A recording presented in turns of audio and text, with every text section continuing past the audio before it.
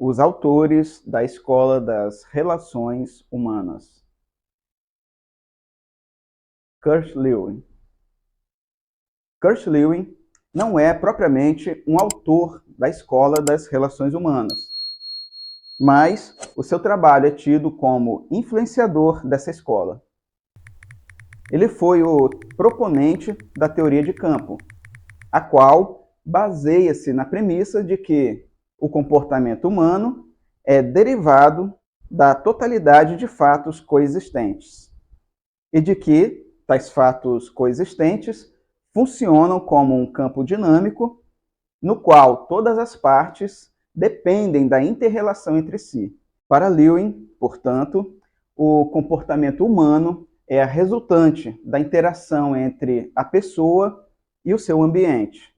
Desse modo, na visão de Lewin, um determinado sujeito permanecerá estático, ou seja, em estado de inatividade, até que surja uma necessidade a ser satisfeita. Essa necessidade cria um estado de tensão que o impulsiona na direção de um objeto que satisfaça a essa sua necessidade, aliviando a tensão. George Elton Mayo. Antes de iniciar este vídeo, só quero te informar que se você é estudante ou profissional e precisa apresentar horas de treinamento na faculdade ou no trabalho, eu forneço os certificados das aulas que estão na playlist Teoria Geral da Administração, -TGA. Para isto, basta você assistir a aula do seu interesse e, em seguida, visitar o site do curso Administrando, cujo link está na descrição dos vídeos. Que lá, além de você encontrar o material escrito e gratuito para ler online, também vai encontrar as instruções para a retirada do certificado. O certificado sobre a Escola das Relações Humanas só estará disponível quando tivermos finalizado todos os vídeos abordando, mas os vídeos dos temas anteriores estão todos disponíveis. Também não esqueça de engajar comigo. Inscreva-se no canal, curte, compartilha e comente nos vídeos. Deixe suas dúvidas e sugestões. Eu agradeço. George Elton Mayo nasceu em Adelaide, Austrália, a 26 de dezembro de 1880. Ingressou em diversas faculdades de medicina, em Adelaide e na Inglaterra, mas abandonou os cursos por falta de interesse, indo depois disso para a África Ocidental, voltando, entretanto, posteriormente, para a Inglaterra, onde escrevia artigos para revistas e atuava como professor de inglês na Working Men's College, a primeira faculdade da Europa criada para educação de homens adultos, baseada no cooperativismo e no socialismo cristão. Em 1905, Mayo retorna para a sua cidade natal para trabalhar em uma gráfica, mas em 1907 ele retorna para a universidade para estudar filosofia e psicologia. Já em 1911, Mayo se torna professor de filosofia mental e moral na Universidade de Queensland, em Brisbane, Austrália, onde também atuou no comitê de guerra da universidade, bem como professor na Associação Educacional dos Trabalhadores. Influenciado por Freud e Jung e Pierre Janet, ele estudou a natureza do colapso nervoso, tornando-se pioneiro no tratamento psicanalítico do choque de guerra. Mayo mudou-se para os Estados Unidos em 1922, ingressando como pesquisador associado na Wharton School da Universidade da Pensilvânia, período no qual pôde investigar o fenômeno da alta rotatividade de mão de obra em uma indústria têxtil. Este trabalho atraiu a atenção da Harvard School of Administration, onde foi nomeado professor associado em 1922 e, professor de pesquisa industrial em 1929. A partir de sua participação na experiência de Hawthorne, Mayo iniciou o seu trabalho de crítica à escola clássica da administração, ordenando suas opiniões no livro The Social Problems of an Industrial Civilization. Nele, Mayo faz um contraponto à hipótese do populacho, segundo a qual a sociedade é como uma mera horda de indivíduos, ou seja, uma sociedade individualista, na qual o indivíduo busca apenas o seu proveito próprio, de maneira calculista e de forma a utilizar ao máximo suas faculdades para a consecução de seus objetivos. Esta visão da natureza humana servia de justificativa para que a escola clássica concluísse pela necessidade de manter um rígido controle sobre os operários. Já que o homem da escola clássica é tão egoísta, a obtenção de resultados em uma atividade industrial de natureza tão coletiva exigia a mitigação do individualismo pela força exterior, ou seja, a imposição da melhor maneira de se fazer, determinada pela administração da fábrica a cada indivíduo individualmente. As vivências de Mayo, anteriores à experiência de Hawthorne, mais especificamente o seu trabalho em instituições de educação voltadas para o cooperativismo e para o associativismo, suas experiências como psicólogo, especialista em traumas de guerra e, posteriormente, os resultados obtidos na fábrica têxtil o sensibilizaram para desenvolver a sua teoria das relações humanas. A evolução de seu pensamento pode ser vislumbrada desde seu primeiro livro, Democracy and Freedom, lançado em Melbourne em 1919, no qual firmou a base de seu pensamento social e que foi desenvolvido posteriormente em vários artigos de sua autoria e em suas principais obras.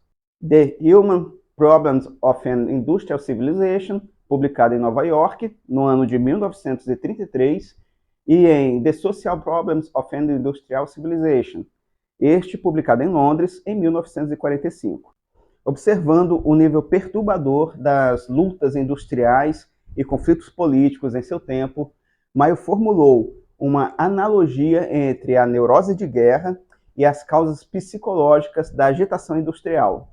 Baseando-se na antropologia social, ele argumentou que o moral do trabalhador dependia de sua percepção da função social de seu trabalho. Ele imaginou que a solução para a agitação industrial estaria na pesquisa sociológica e na gestão industrial, em vez de na política radical. Para Mayo, a descoberta da dimensão social do ser humano no trabalho desbanca a visão individualista da escola clássica e desloca o foco das suas pesquisas e teorias da organização formal para os grupos informais e suas interrelações, bem como dos incentivos monetários para os incentivos psicossociais. Do ponto de vista da estrutura da organização, concluiu que o pequeno grupo opõe-se à estrutura formal, importando das relações sociais dos grupos primários, como a família, a igreja, time de futebol, dentre outros, as funções sociais nele desempenhadas. Desse modo, a partir do momento em que o estudioso desvenda tais relações, poderá utilizar este conhecimento de modo a harmonizar a dinâmica do grupo à estrutura formal, para trazer satisfação aos trabalhadores e proveito aos objetivos da organização formal. Do ponto de vista da estrutura organizacional, Mayo concluiu que o pequeno grupo opõe-se à estrutura formal, importando das relações sociais nos grupos primários, como a família, a igreja, time de futebol, dentre outros, as funções sociais neles desempenhadas. Desse modo, a partir do momento em que o estudioso desvenda tais relações, poderá utilizar este conhecimento de modo a harmonizar a dinâmica entre o grupo e a estrutura formal, para trazer satisfação tanto ao trabalhador como proveito aos objetivos da organização formal. Aliás, Maio acredita que a ordem natural é dada pelo estado de harmonia entre o operário e a organização, sendo o conflito um desvio dessa ordem natural, exigindo, portanto, a realização de esforços que levem à restauração dessa harmonia.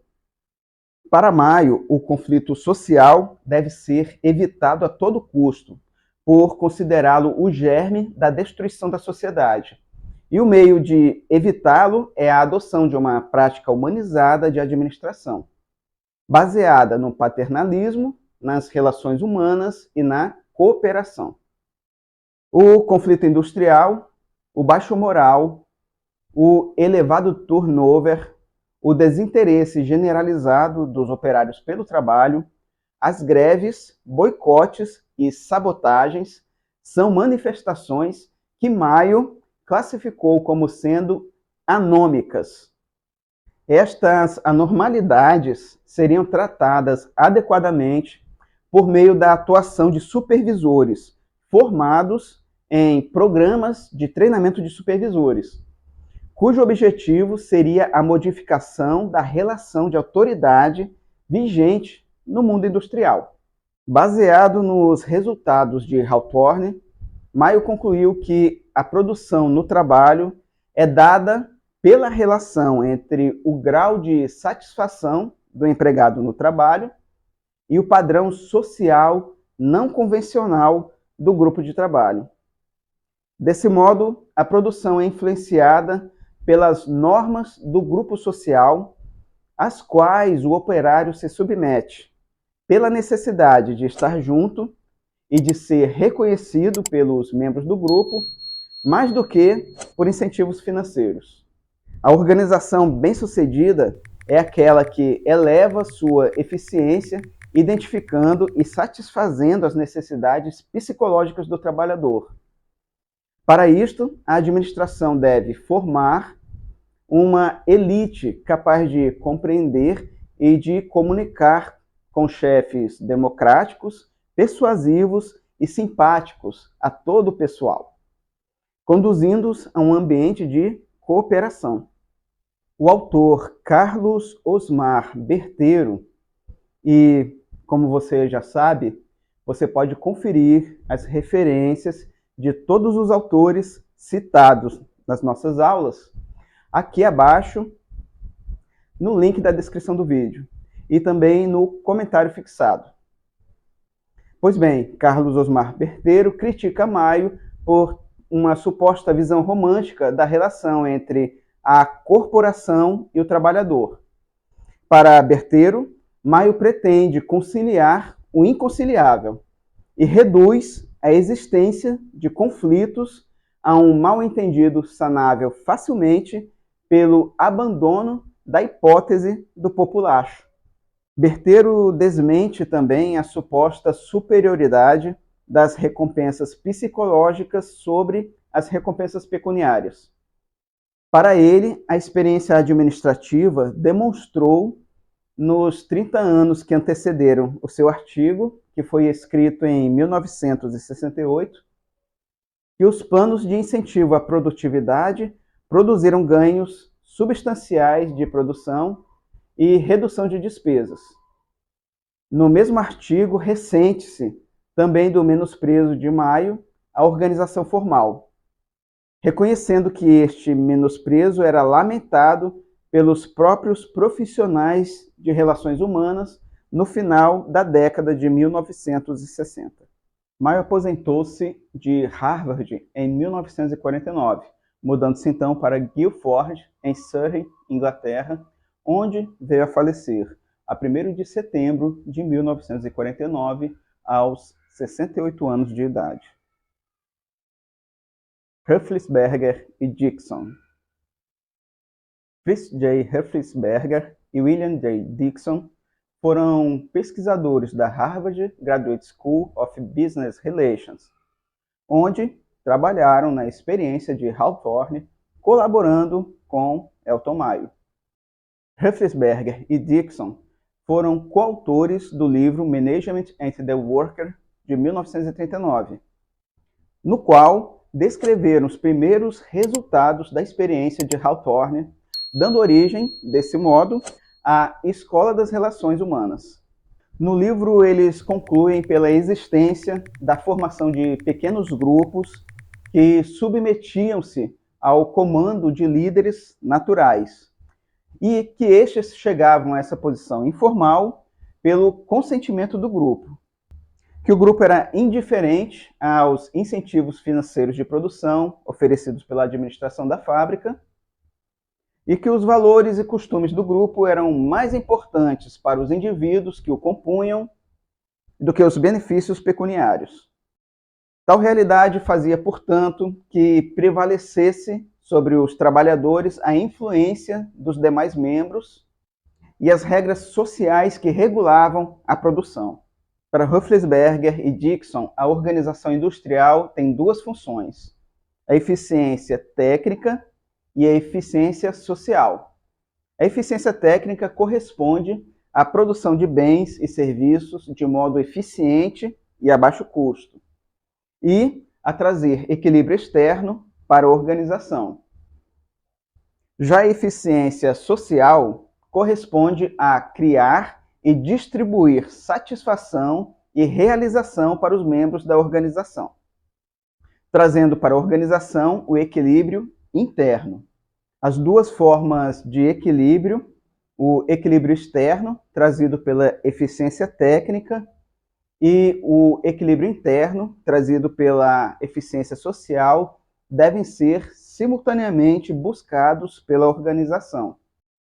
A segunda função, ou seja, a eficiência social, seria o alvo de pouca atenção pela administração. Os autores, entretanto, demonstram como as dinâmicas no interior dos grupos informais podem atuar em proveito ou contra a produtividade das organizações. Outra consideração de importância para as empresas é o reconhecimento de que o trabalhador traz de fora da empresa toda uma carga emocional determinada pela sua vida social e história pregressa.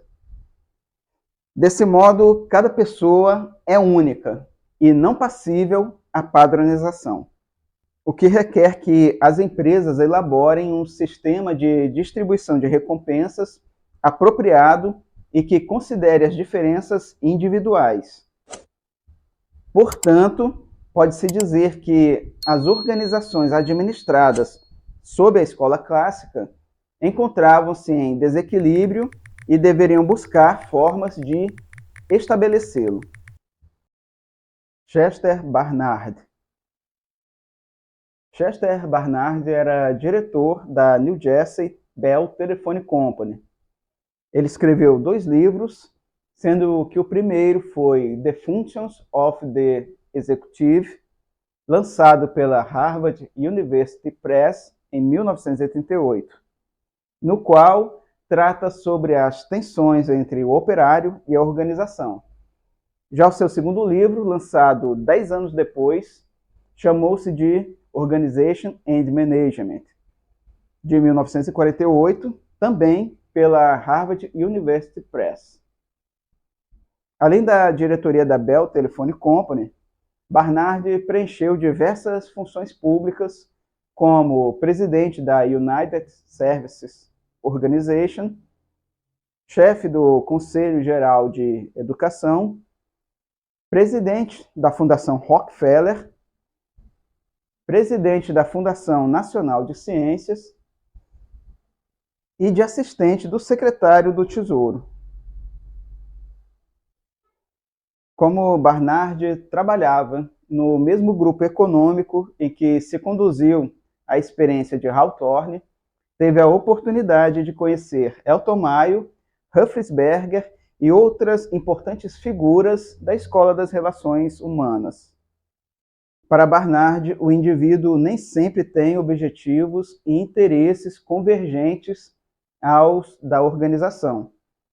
Sua visão sobre as organizações é de que elas são sistemas cooperativos constituídos para satisfazerem os objetivos dos indivíduos, já que estes não conseguiriam atingi-los sozinhos. Essa situação de insuficiência leva-os à colaboração, buscando, entretanto, cada um a realização de seus próprios objetivos. Entretanto, quando um indivíduo ingressa em uma organização, ocorre justamente o contrário. Pretendendo ele alcançar seus objetivos pessoais, termina encontrando forças maiores do que ele, as quais são determinadas pelo grupo organizacional. Entenda-se o grupo organizacional como o grupo social agindo dentro da organização.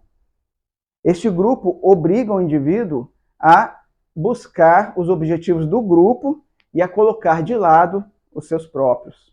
Para Barnard, a função do executivo, neste contexto, não é a de intervir no processo de socialização do operário, a não ser que seja para o encorajar a cooperação com o grupo, criando incentivos e recompensas, bem como um ambiente moral voltados para facilitar este processo de socialização. A liderança é concebida como o poder que os indivíduos têm de inspirar a cooperação. Além disso, a coordenação dos esforços no sistema cooperativo, realizada pelos executivos, requer um sistema de comunicação no qual eles atuem como canais, sendo, desse modo, essenciais para a vida e duração da organização. Barnard critica a forma de controle taylorista como insuficiente para garantir a cooperação, propondo que a melhor forma de controle e integração do indivíduo seria o desenvolvimento de valores comuns.